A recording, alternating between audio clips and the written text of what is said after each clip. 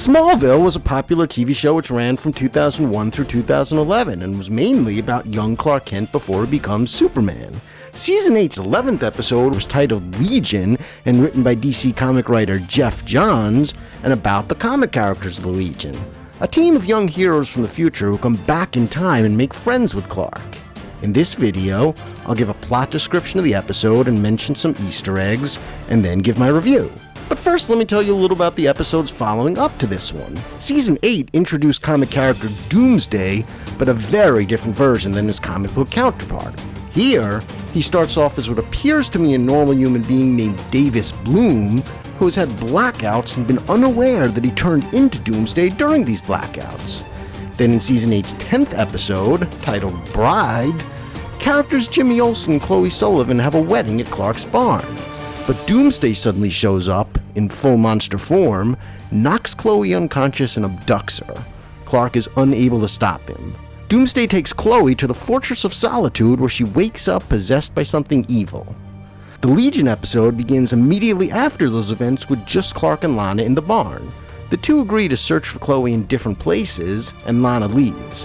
Suddenly a light flashes, and a mysterious masked villain with an axe is there. Some comic fans might recognize this character as the Persuader, a villain from the future who's part of a group called the Fatal Five, who the Legion are enemies with. The Persuader starts randomly damaging the barn, and Clark confronts him. But Clark is stunned to discover that Persuader's axe is able to hurt him. Persuader kicks Clark to the ground and is about to chop him again, but suddenly his axe gets pulled away and into a hand wearing the Legion ring. As the camera tilts up, we see it as comic character Rock Kryn, aka Cosmic Boy, who has magnetic powers.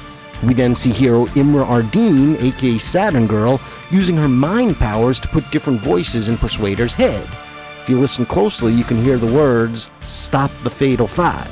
Then comic hero Garth Rands, aka Lightning Lad, shoots electricity from his hand, which knocks Persuader out. Rock takes the Legion ring off Persuader's hand and then somehow sends him to the future, showing that the Legion's way of time travel here is not through the bubble used in comics. We then see all three members of the Legion stand next to each other and tell Clark that they are the Legion from the future, they know he's Kryptonian, and they are honored to meet him. Note that in the comics, there are countless different members of the Legion, but the three members Geoff Johns chose to use here are the same three that first appeared in the comic books. Rock tells his team not to give Clark too much information and says the team better get going soon. But Garth wanders off and picks up Clark's high school jacket and says he once saw this in the Levitz Museum, which is an Easter egg to DC comic writer Paul Levitz. As Rock tells Garth to put the jacket down, Garth says, "Get the magnet out of your ass," which is the same line Geoff Johns once had Garth say to Rock in a comic book. Rock tells Clark they can't give him any information because of the Legion code, but Clark demands it anyway. Garth says that in the future there are some xenophobics who do anything they can to fight aliens, and Persuader is one of them. Rock tells Clark that he and his team are all aliens, and in the future Clark becomes a legend, and he is the reason why some Earthlings learn to welcome aliens. Garth mentions he's from the planet Wyneth. Suddenly, Rock finds something and says the team must change plans.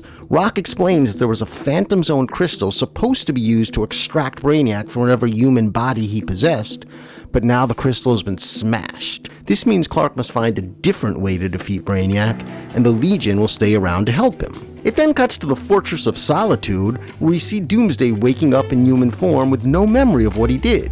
We also see that Chloe has woken up, but is completely possessed by Brainiac. She tells Davis he is destined to become Doomsday. Back on the Kent farm, Clark says Brainiac has already been defeated, but the Legion assure him they know their history and Brainiac is still alive in some form. They explain that now that the crystal has been smashed, the only way to defeat Brainiac is by killing the human whose body he possesses. Clark knows it's likely Chloe, but doesn't want to say her name out loud. But Imra uses her mind-reading powers, and she says the name Chloe Sullivan out loud. Clark gets upset and tries to run away, but stops when he realizes the Legion members are flying and following him. Clark insists that he will defeat Brainiac without killing Chloe, but the Legion tell him that's not possible. Rock explains that in the future they've come from, they've heard of Lois Lane, Lana Lang, and Jimmy Olsen, but never heard a thing about Chloe Sullivan. They're implying that the Legion come from a future in which Chloe did not survive, but the line is also an Easter egg to reflect that the character Chloe was created for the show, while other characters like Lois, Lana, and Jimmy are all in the comics. Insisting they must not kill Chloe, Clark runs away at super speed.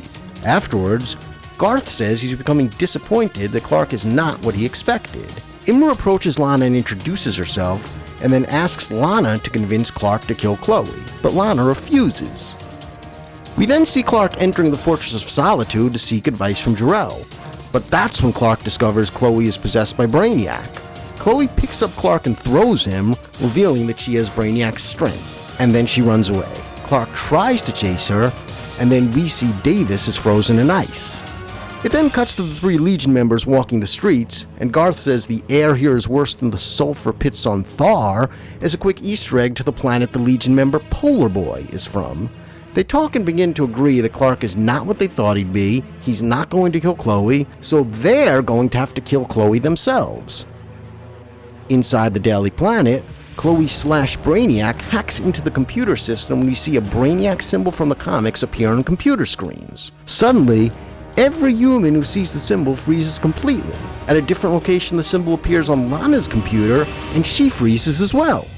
Back at the Daily Planet, we see Imra trying to fight Brainiac. Imra's not frozen because she's not human, but Brainiac knocks her down. Then from another direction, Rock and Garth combine their powers to knock Brainiac down and knock Chloe unconscious. They place Chloe's body on a table and debate about which Legion member will kill her. Rock agrees to do it, but just as he's about to stab her, Clark super speeds into the room and stops him. Clark insists that there's still a living human being inside that body and she needs to be helped. And he believes that together, the team can help. They bring Chloe's body to the barn of the Kent farm to keep Brainiac far away from computers. The 3 Legion members agree to try to use their powers to extract Brainiac. Rock moves the metal computer pieces out of her, and Imra uses her mind powers to communicate with Chloe. Brainiac does come back online, but Garth short-circuits him. Rock successfully pulls the computer pieces out of her. Lana and all other humans snap out of their frozen state. Rock holds the chip of Brainiac in his control. Chloe wakes up alright. The Legion members look at each other like they've learned their lesson. They did not need to kill Chloe to stop Brainiac. After the climax, Rock and Garth use their powers to help Clark fix damage done to the barn by Doomsday in the previous episode. Garth finds a baseball Clark once hit and asks if he can keep it as a souvenir. Rock tells Garth you're acting like a sub as an Easter egg to the comic characters the Legion of Substitute Heroes. Garth says the baseball's for his sister, and that's an Easter egg to comic character Isla Rands, who in the comics becomes a superhero named Lightning Lass. Imra walks in with a piece of Brainiac and says it's time for them to go home. She also says they'll take that piece of Brainiac with them to the future and reprogram it and call it Brainiac 5. That's an Easter egg to the comic character Brainiac 5, who becomes a member of the Legion. But in the comics, they're 2 separate characters. Brainiac 5 is not a reprogrammed version of Brainiac himself in the comics. Rock tells Clark it truly was an honor to meet him, and their team has learned their lesson. Preserve life at all costs will be the #1 rule in Legion code from there on. They also give Clark a Legion ring so he can time travel to the future if he ever wishes to. They say goodbye and leave. There's then a scene with Clark and Lana talking. Clark says that he was told by the Legion that he's destined for things which will make him a legend throughout the galaxy. Lana says she believes Clark will live up to it. She also says it doesn't matter what he was told about his destiny, he will write it himself every day. It then cuts to the Fortress of Solitude where we see Davis waking up in full Doomsday form, and that's how the episode ends. Okay, so I'll get to my review of the episode in a minute, but first I'll list some other things about the Legion in later episodes. In Season 8's 22nd episode, the season finale titled Doomsday, Rock comes alone to talk to Clark about what changes were made to the future and what's coming in the next few days. In Season 10's 4th episode, the series' 200th episode titled Homecoming, we see Brainiac 5 coming to briefly mentor Clark. He shows him glimpses of his past, present, and future. Season 10's 18th episode was titled Booster and also written by Geoff Johns. This episode introduces comic character Booster Gold as well as the Blue Beetle. Booster Gold comes from the future and has a Legion ring which he uses to fly, but says he was never part of the Legion. At the end of Season 10's 20th episode, titled Prophecy, which was the next to last ever episode of the series, we see Kara aka Supergirl putting on a Legion ring to go to the future and join the Legion, as she does in the comics. Okay, so what was my opinion of the Legion episode? Overall, thumbs way up. On a scale of 1 to 10, I might give this episode a 9. I'll break my thoughts down into separate categories, starting with acting. I thought Ryan Kennedy as Rock Kryn and Colin Worthy as Garth Rands were both excellent. Kennedy did a solid job portraying the serious leadership of Cosmic Boy, and Worthy was fully convincing as the goofy superhero Lightning Lad. Both actors had strong screen presence whenever they were on. However, I thought Alex Johnson could have been better as Imra Ardeen. In a still photo, she looked the part for a live-action portrayal of Saturn Girl, but I just found her acting to be slightly dull and her deliveries of the dialogue not memorable. I've always said Allison Mack is a very skilled, talented, and underrated actress. I will admit that her performance as the evil Brainiac here was not as outstanding as her performances as Chloe Sullivan, but she wasn't bad either. And Tom Welling as Clark Kent? Honestly, I don't think this actor's skills in theaters were ever truly special, but he just managed to pull things off and do a fair and acceptable job playing Clark Kent. However, I can honestly say some of the best acting I ever saw from him was in this episode. So now I'll move into a different category, the directing. I thought it appeared Glenn Winter did a terrific job directing this episode. There was a lot of good choreographing in terms of where the actors were standing, when they moved, and when the camera moved to keep things visually interesting. But more importantly, there was good chemistry between the actors. The way the Legion members spoke to each other and spoke to Clark always held my interest. What did I think of the action special effects? Quite simply, they lived up to everything you should expect from an episode of a TV show. And what did I think of the costumes? I was very satisfied. They all clearly look different than that of their comic book counterparts, but yet still easily recognizable as the same character. The more you stop and look closely, the more similar details you'll notice. But at the same time, they looked like clothes that people could wear while walking down the streets without having everyone stop and stare at them.